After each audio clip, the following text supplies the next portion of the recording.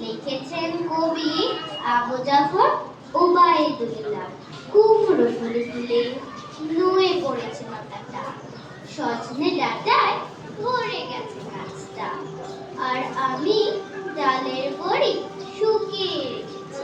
খোকা, তুই কবে আসবি? কবে ছুটি? চিঠিটা তার পকেটে ছিল ছেঁড়া আর রক্তে ভেজা।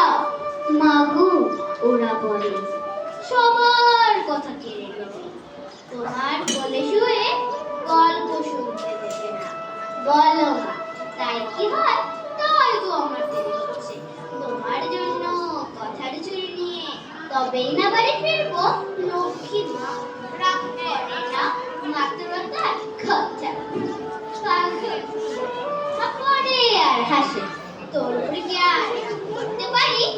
নারকেলের চিড়ি কুটি, মুরগি ধানে মুরগি ভাজি, এটা সেটা আরো কত কি। তার খোকাচে বাড়ি ফিরে ক্লান্ত খোকা, কুকুর শুকিয়ে গেছে, ঝরে পড়েছে ডাটা। হইল ডাটা ডাটা খোকা এলি। ঝাপসা চোখে মাথা পায়, উঠোনে উঠোনে